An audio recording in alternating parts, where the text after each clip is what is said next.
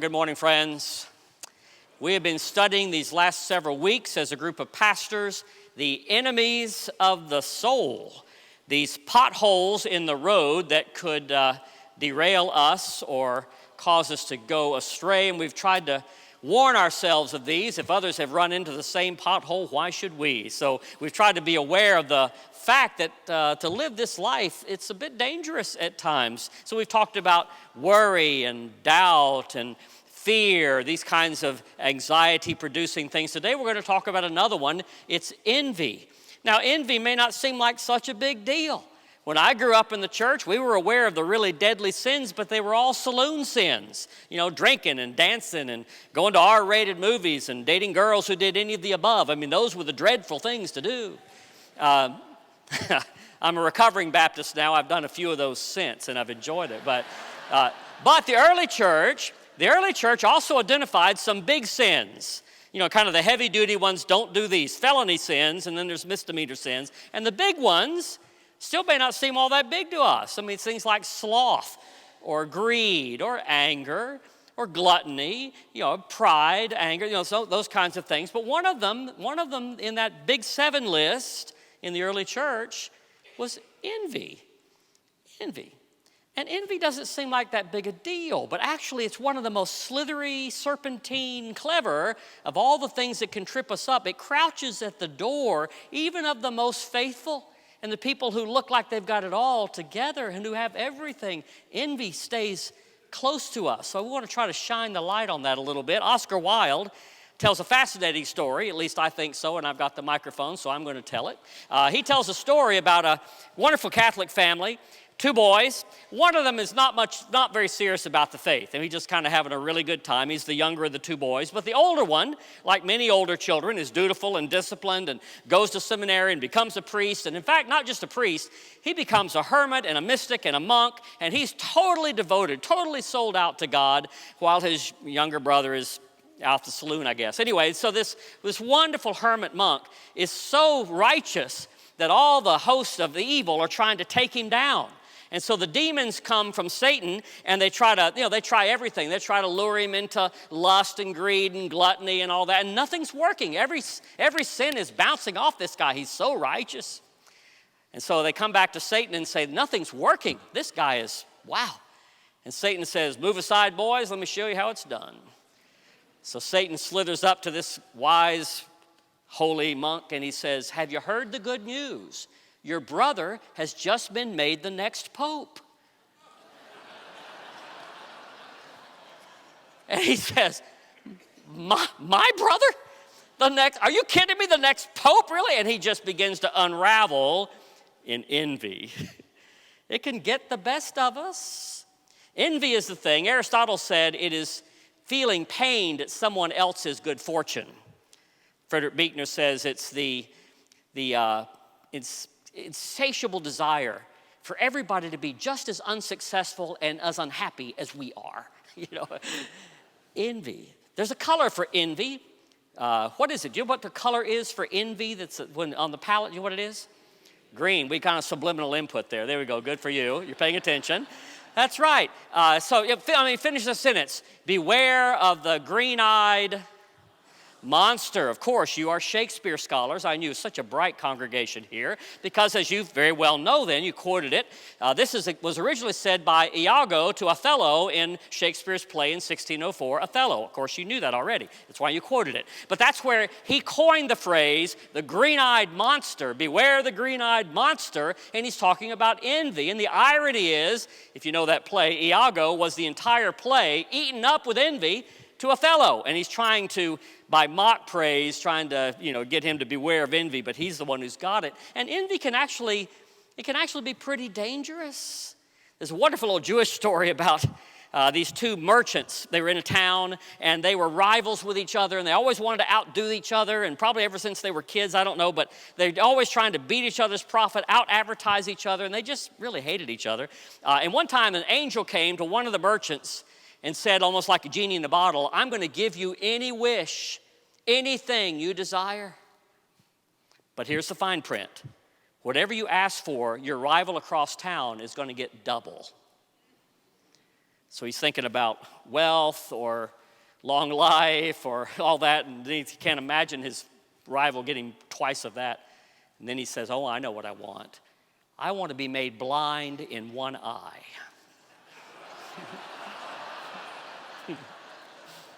Yeah. The Latin word for envy is invidia. You get the word video in the middle of that. It's an evil eye. That's actually exactly the same in Greek. In the Greek Bible, envy is actually a translation of evil eye. And our text for this morning is an example of that word showing up in just that way. And I invite you to fasten your pew belts because this is a really troublesome story. But it's in red print. Jesus said it, so here we go. Matthew chapter 20. The kingdom of heaven is like a landowner who went out early in the morning to hire laborers for his vineyard. After agreeing with the laborers for the usual daily wage, he sent them into the vineyard. He went out again about 9 o'clock in the morning, and he saw others standing idle in the marketplace, and he said to them, you also go into the vineyard, and I'll pay you whatever's right. So they went. And then he went out again at noon, and again at 3 o'clock in the afternoon, and he did the same. And even at 5 o'clock, he went out and found yet others standing around, and he said to them, why are you standing here idle all day? And they said, well, no one has hired us. He said to them, well, you also go into the vineyard. Now, when evening came, which was only 1 hour later, when evening came, the owner of the vineyard said to his manager, call the laborers, give them their pay, but beginning with the ones hired at 5, set them in order, beginning with those hired last and then to the first. So when those who were hired at 5 o'clock came, each of them received a full day's wage, a whole denarius. So when the first came, they thought they would receive more. But each of them also received a single day's wage, 1 denarius. And when they received it, they grumbled against the landowner, saying, these last worked only 1 hour, and you have made them equal to us who have borne the burden of the day and the scorching heat? And he replied to one of them, friend, I'm doing you no wrong. Did you not agree with me for the usual daily wage? Take what belongs to you and go. I choose to give to this last the same I gave to you, but am I not allowed to do what I choose with what belongs to me? Or are you envious because I'm generous? Well, you bet they are. Literally is, do you have an evil eye because mine is good?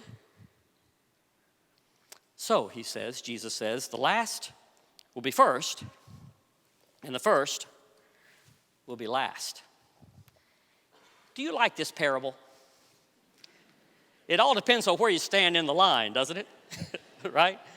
Their eyes turn green and they slant down because they're envious, these ones who had worked 12 hours. Now this, by the way, is exactly the way people were hired in that day. People don't have any long-term contracts. No one gets paid on the 15th and the 30th. Everybody gets hired in the morning to work that day, and you get paid at the end of that day. And a denarius was what you got paid for 12 hours of work in the field, and that was just enough money to put a roof over the head and enough food for that day in front of your family. If you didn't work tomorrow, you didn't eat tomorrow. So that's just how people lived day. So everybody went out to be hired every day. And of course, you can talk to the birds about this. They know the early bird gets the worm, right? If you want to get hired, you better be there before 6 a.m. when the householders come by to pick you up and put you in the back of the chariot to go run out to the field, right? So the people who get there early want to be first in line. They definitely want to provide for their family. And so they're there, and at 6 o'clock in the morning, and they agree for what is normally the wage. You work 12 hours, you'll get a denarius, sign me up. And so off they go. But in this particular case, there was more work to be done in the field, maybe a bumper crop. And so the landowner goes back to the marketplace, the local 7-Eleven, where all the bikes are all lined up, and he said, let's get some more people. And there's some people there at 9. Now, they might have been there at 6, just didn't get picked up. So they're so glad that there's another swooping opportunity to go work. How grateful were they? Or maybe they just went to Skillet's and had a brunch before they showed up. I don't know. But they're still there at 9 o'clock. And are they relieved that there's another hiring opportunity? He just says, trust me, I'll pay you something. That's good enough because they're about to get nothing. So they go on and they work. Well, then the master goes out at noon. Now, this is where it gets unusual. This didn't happen much. He finds some people at noon. They slept in from watching Netflix all night long, and they still get a chance to get hired. And he says, come on and work. He goes out at 3 in the afternoon. Can you believe it? He even goes at 5 o'clock. They're having happy hour drinks. And he says, would you like to have something to work? And they said, well, okay. It's not that much time. The sun's going down, but sure. And they go. Now, this is a strange way to run a business, but what's even more strange, 1 hour later, 6 p.m., you line them all up, and it's all about the line, isn't it? It's all about where you are in line. I remember elementary school. It's still painful. Because we'd be in class, but when it was time for lunch, we would all sort of huddle toward the door and just kind of big mob of a mass there because everyone knew, you learn really quick, there's not enough tater tots for everybody. And if you're not one of the first in line, you're eating potato chips. And tater tots are better than potato chips. So we would all rush and jostle with each other. It was kind of awkward. So finally the teacher, in order to control the mob and to teach us the alphabet, said, we're going to line up according to alphabetically by last names. Walworth. So, except for old Zimmerman, I was right toward the last. And we did that every single day. Boy, potato chips do not taste good, and all the tater tots are always gone. It was so frustrating to me. It's not good to be at the back of the line. You want to be first, right? We jockey for position to be first. By the way, one day the teacher did say, we need to switch things up some. I thought, there's Jesus-like of her. Said, we're going to go alphabetized again, but now in reverse order, from Z to A. I'm thinking, all right, by first names.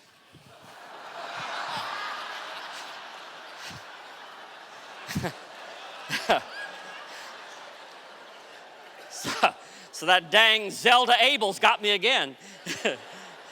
We should be serving tater tots at first stop. You're getting hungry for them now, right? Anyway, we jockey for our place in line because where you are in line matters. It matters, and we want Jesus to patrol the line. How many of you have been on the interstate?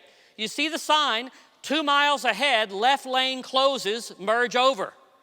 1 mile ahead, left lane closes, merge over. 1,500 feet ahead, left, merge over. So you at you're a good obedient sort. You go at 2 miles over and go in that slow lane while people are passing. They pass the 2 mile sign, the 1 mile sign, the 1,500, and then they get right up to the very end and someone lets them in. Why do you do that every time? I saw someone let someone in like that. Injustice that it was. It had a little bumper sticker that said, honk if you love Jesus. And I loved Jesus. How dare you let them in? Because I want the line to be patrolled, and I want God to patrol the line. I want things to be fair, right? Equal pay for equal work is fair. Equal pay for unequal work, not fair. First in line and gets the reward, fair. Last in line gets the reward, not fair. How many of you heard that not fair from the back seat of your car when your kids were home, right? And that's what they're grumbling and complaining about. Of course, when the first one was handed out, back in the back of the line, and they get a whole denarius, those 1 hour workers hadn't even broken sweat, still got the wine glass in their hand, and when it's a whole denarius. And back there, at the end of the line, there's backslapping and hallelujahs, and they're humming Amazing Grace, and everybody's having a good time. But the rumor went up the line pretty quickly. What's going on back there? And as the rumor got there before the envelopes got there, and people at the front are starting to do the math. Boy, we got a really generous householder here. I'm going to make 12 denarii today. I have struck it rich. I'm going to Florida next week. I've got enough for 2 weeks of pay. And they had already spent their 12 denarius 8 times before they got their little envelope. And it was just a single denarius. Really? Now, if on any other day, they would have been grateful for that abundance. But on this day, because of someone else's blessing, they don't feel blessed anymore. Watch their eyes as they narrow and turn green. Are you envious? The master says. Really? Beware the green-eyed monster. Well, now what's so bad about being green? I mean, was it just 10 days ago that we were all pretending we were Irish and everybody was wearing green, right? I mean, who wouldn't want a green jacket from Augusta and the chlorophyll that makes it's all go green, green party. And there are whole companies that have their logos in green because it makes them look earth-friendly and healthy. You've got Whole Foods and Starbucks and British Petroleum. I have to forget about that one oil spill, but British Petroleum. And they go to great efforts. John Deere, green is a great color. Kermit the Frog is green. By the way, he does sing a song. It's really tough being green, so maybe he doesn't like it, but just the way he was colored. But in general, green, is that a healthy color? My wife has this just incessant desire to try to keep me alive. And so as I try to find sweetener for my iced tea, we've just been going through the rainbow. First, you could use white. Now white's no good. Apparently gives lab rats cancer. And then we went to blue because that was healthy. Now that gives them cancer. Then there was pink. That gives them cancer. Then there was yellow. That was last year's great healthy one. Our friend Gina here sold my wife, and therefore I now have to have it at all times. Now green is the magic elixir for long life if you're going to have sweetener. There it is. So everybody's supposed to go green, right? What's so bad with green? Well, most of the time, green has been throughout the ages a color that was negative. For instance, Chaucer in Canterbury Tales, or for that matter, almost all medieval art paints Satan as green. Not the little red-dressed onesie, red Satan that you normally see. He's green. And a lot of the monsters that haunted people's dreams and their daylights were green. Godzilla is green, and ogres were green. And even for Superman, kryptonite, the metal, was green. And the Riddler, who opposed Batman, was green, right? And the Wicked Witch of the West, who was out after Dorothy, and your little dog Toto, was green. Green was considered not a healthy color. If you had gangrene, you had to cut the leg off. If you were green around the gills, it means that your fishing boat's been rocking a little bit too much, get close to the side, right?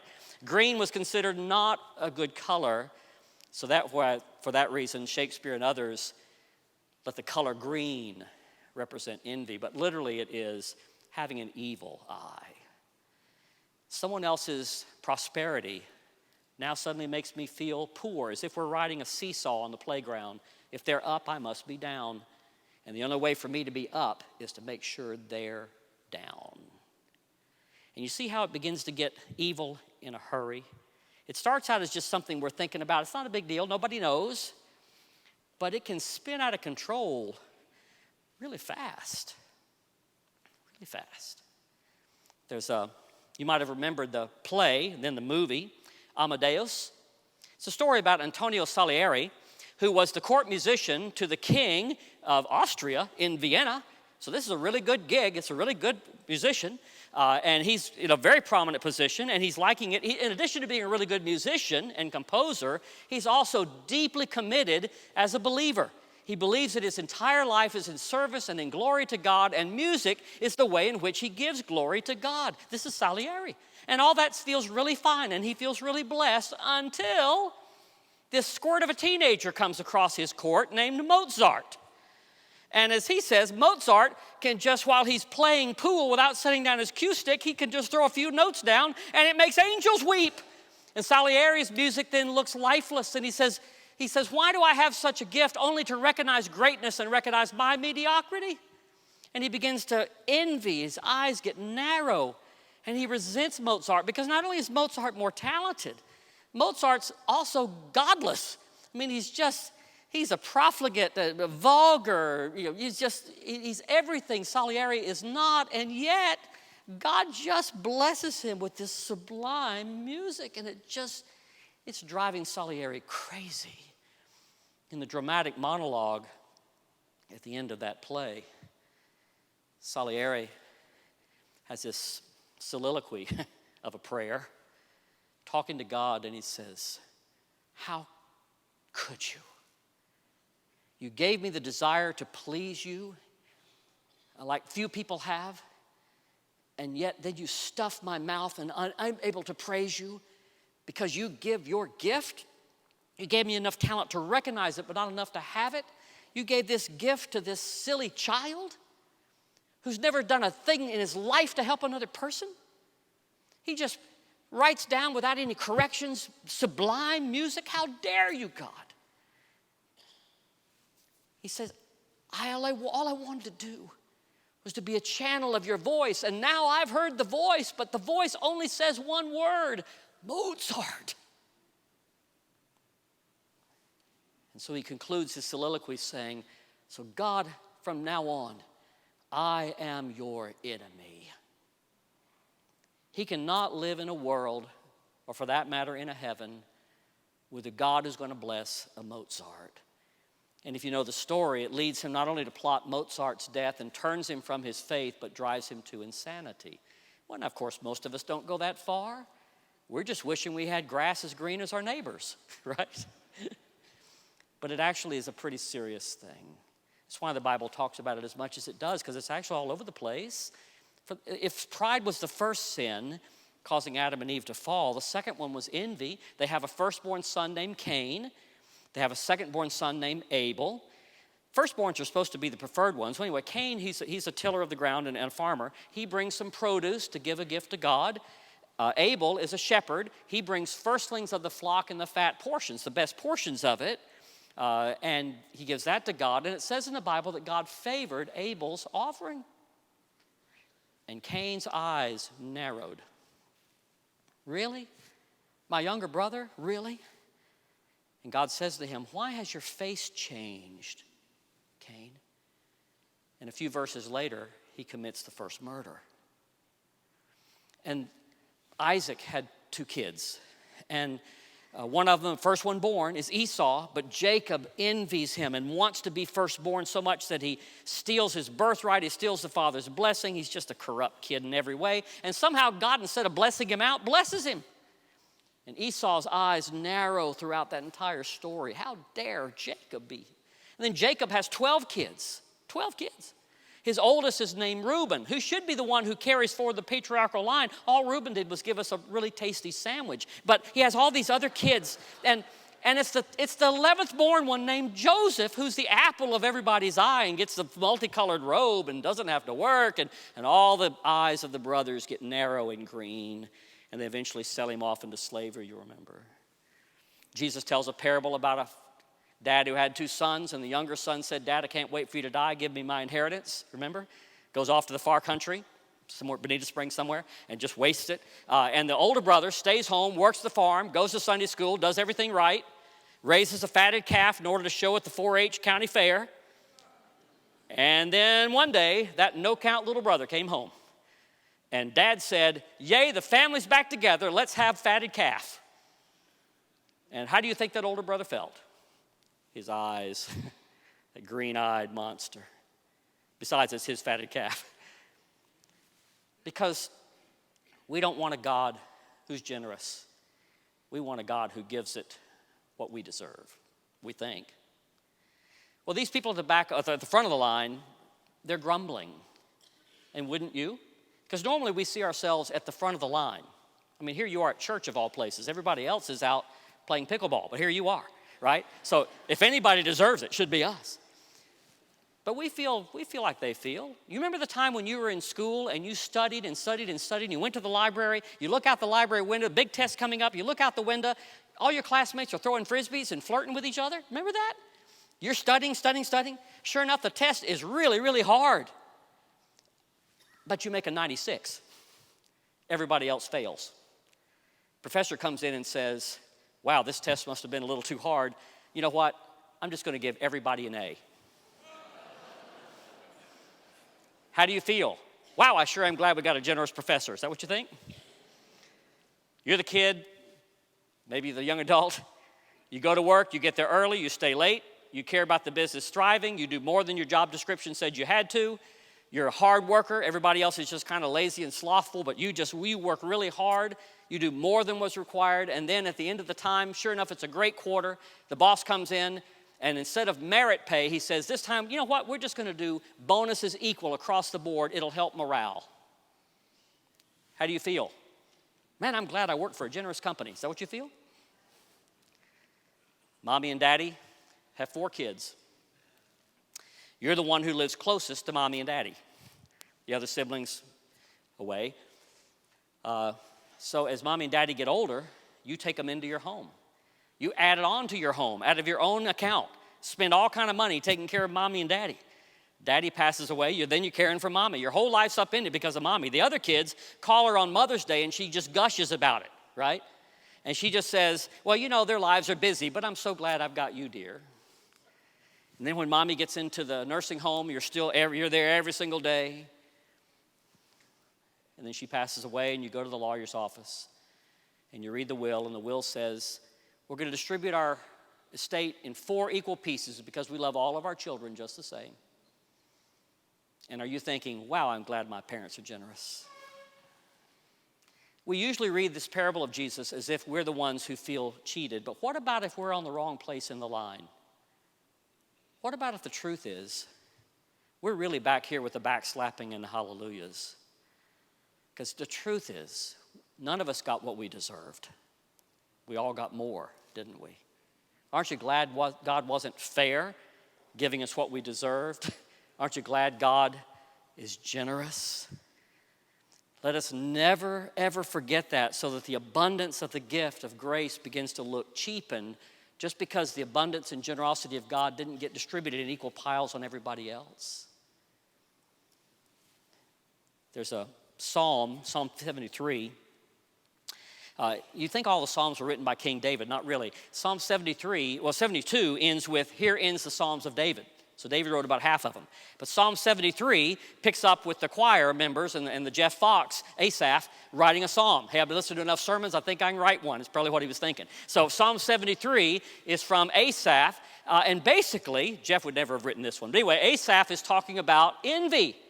He's been sitting there in the choir loft. He's a musician in the temple. And he's just frustrated as he looks out on the people and sees people who are, in his opinion, wicked, meaning non-choir members. And it bothers him that these people that he says are not nearly as righteous, why do they have so much prosperity, he says? Why are they not having tribulation? Why don't they suffer like everybody else? Why, in fact, it even goes on to say, why are their bodies tanned and toned? I'll take your minute. Why does everybody speak well of them as if there's no fault in them? And you get the impression that throughout the entire service, all he's been doing from the choir loft is them. He's just obsessed. He's got a long list of how lucky they are and how unlucky he's feeling because of it. But unlike Salieri, he does not descend into the envy. This must be tricky. I mean, the choir members, they have a particular view. They get to see the bald spot on the back of my head that I don't show you. And it's hard for them not to envy that. So you have to pray for the choir. I mean, if you'll notice, a lot of the men have started to mimic this receding hairline and bald spot. And maybe the height of flattery is imitation. So the truth is, even when you're right there tending the fire at the altar of God, you can become obsessed with looking around at everybody else and feeling robbed. It's Satan's favorite trick. But here's what Psalm 73 does. This wonderful musician. He starts out saying, that's how I feel. But then he said, and then I walked into the sanctuary.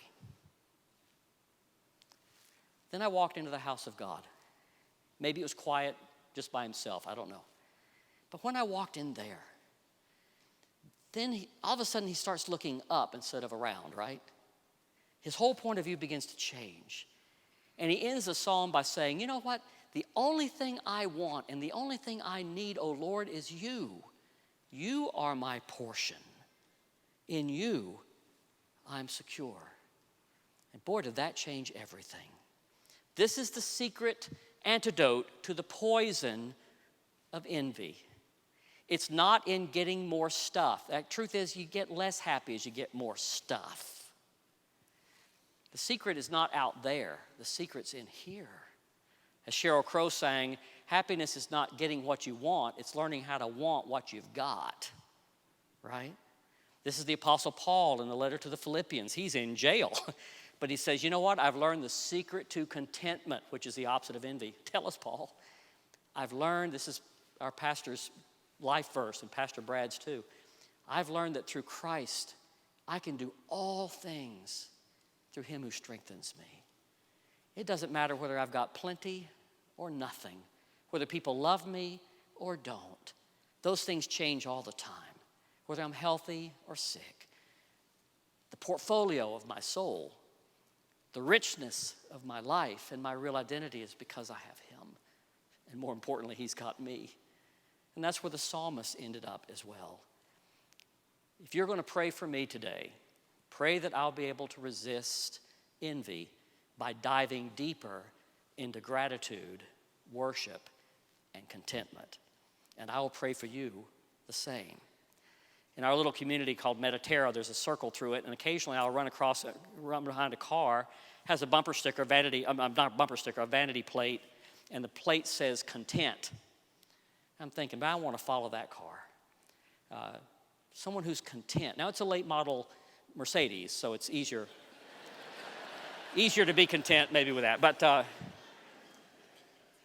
truth is, whatever God has given, where am I really in the line?